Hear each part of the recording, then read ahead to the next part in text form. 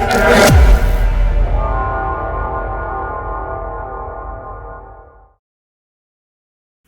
everybody, how you doing?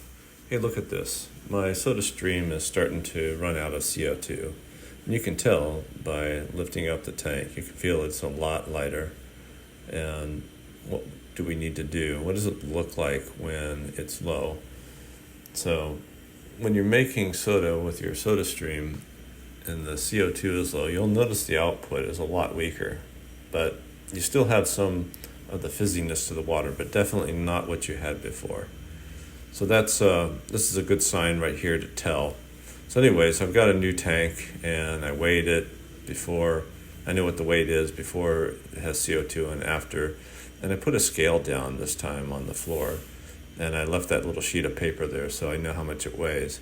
So over time, what I'll do is just lift the tank and put it back on this scale and find out what the weight is and see what that looks like. So, weigh it beforehand. It's about 5.6 kilograms, 5.55.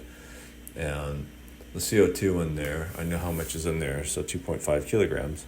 So here's the difference. Look at this. It is much more significant. I mean, it's going way down into the bottom of the bottle.